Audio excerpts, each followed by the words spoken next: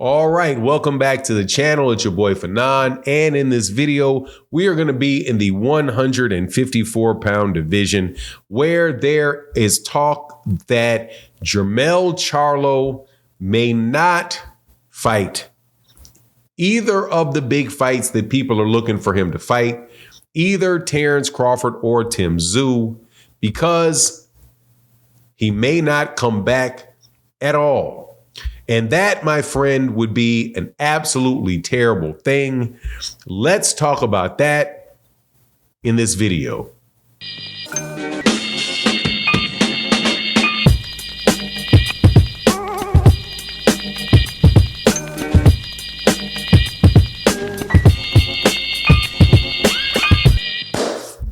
All right, welcome back to the channel. It's your boy Fanon, and in this video, we're going to be in the 154-pound division, where one of the best fighters of this century in that division is getting a lot of sweat and a lot of disrespect over a fight that he had where he was, what was the phrase that people like to use?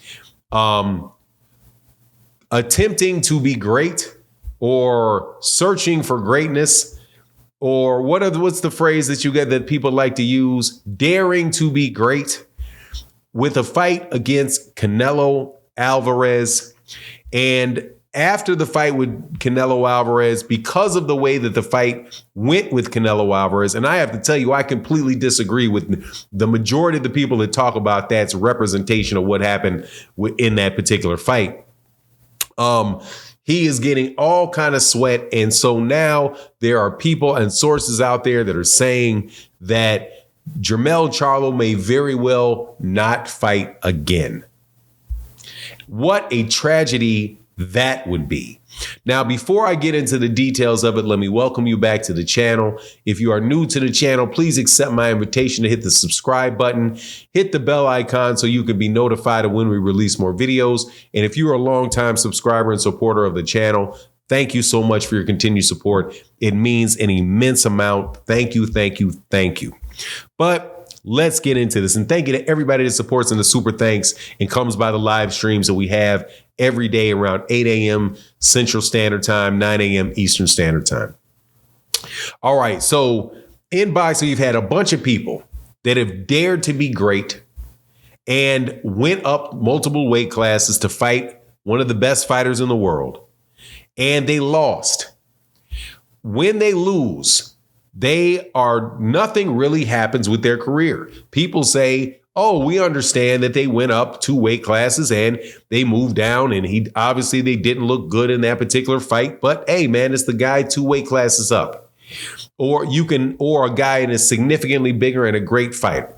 And I remember these things taking place as far as, the history of boxing. I don't remember the specific fight that I'm going to mention first, like I saw it live, which was Bob Foster, who was one of the greatest 175 pounders or light heavyweights in the history of boxing. He was from Texas. His alias was the Sheriff, Bob the Sheriff Foster, knockout artist at 175. Fights Joe Frazier, loses to Joe Frazier. I believe he got knocked out by Joe Frazier. He also fought Muhammad Ali and got knocked out by Muhammad Ali. Goes back to 175, and nobody ever really, they didn't diminish his career at all because he dared to be great. But what did he really do? He went up there for a payday because he could not make as much money at 175, beating the guys at 175. He was friends with Muhammad Ali, and Muhammad Ali said, no worries, I'll fight you. Come up to heavyweight. I'll give you a fight, because they were friends. And Ali knew that Bob Foster couldn't beat him. Maybe Bob Foster thought he could beat him, but he couldn't beat him. He landed some good shots on Ali, but he's too small to do anything with Ali, and Ali knocked him out. Gave him his paycheck, right? You have Mikey Garcia. Mikey Garcia moved up to fight Errol Spence Jr. Guess what happened to Mikey Garcia? Mikey Garcia did not put up any better a fight against Errol Spence Jr., moving up from 135, though he had been at 140 before, but moving directly up from 135 to fight Errol at 147 pounds. He didn't put up any more of an effort or any greater, he didn't make to any greater chance to win than Jermell Charlo did. In my opinion, I think he might have done less because I know he didn't get a single solitary round, and there was a potential that Jermell got a round against Canelo. But did anybody lay in on Mikey Garcia like that? Absolutely not. They did not lay in on Mikey Garcia like that. And in fact, you have people like Amir Khan who moved up and fought Canelo Alvarez and got completely put to sleep. And people still tried to build him up for the other fights that he had. But with Jermell, who went into the fight and tried to box Canelo Alvarez, tried to extend the fight, tried to jab him, tried to move, but just couldn't get off because of the power and the expertise of Canelo Alvarez, he gets roundly destroyed by almost every commentator that there is in boxing. So now you have a question of what is he going to do next? And you have Terence Crawford, who said he had wanted to fight him, says, oh, no, he's not on my hit list anymore. He's not worth it, right? Then you have him who is now, according to reports, saying that, look, man, that he may not want to fight at all, that he may take his paycheck and go home. Now, for me, my take on it would be, I don't have a problem whatsoever with Jermell Charlo, the way that he fought Canelo Alvarez, or the outcome of the fight that he got with Canelo Alvarez. I don't have a problem with that. I'm not somebody that thinks, okay, you need to, well, if you can't win a fight because this guy's too big, way too strong, you're hitting him with hooks, and he did hit him, and it just doesn't do anything to the dude. Then what you really need to do is you just need to just go all out.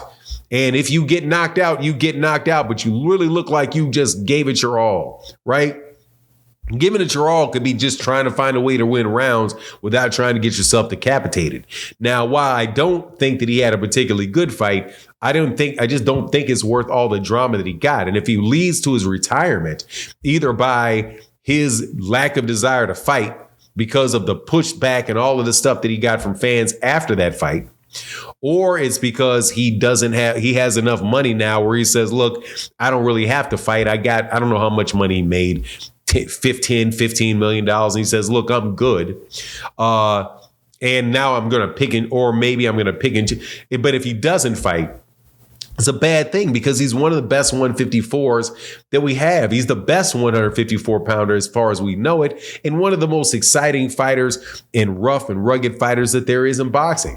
But dude, I promise you, if Canelo Alvarez moves up and goes to fight Deontay Wilder, if he ever decided to make that decision, once he got in the ring, trust me, bro, he's not going to sit his chin out there.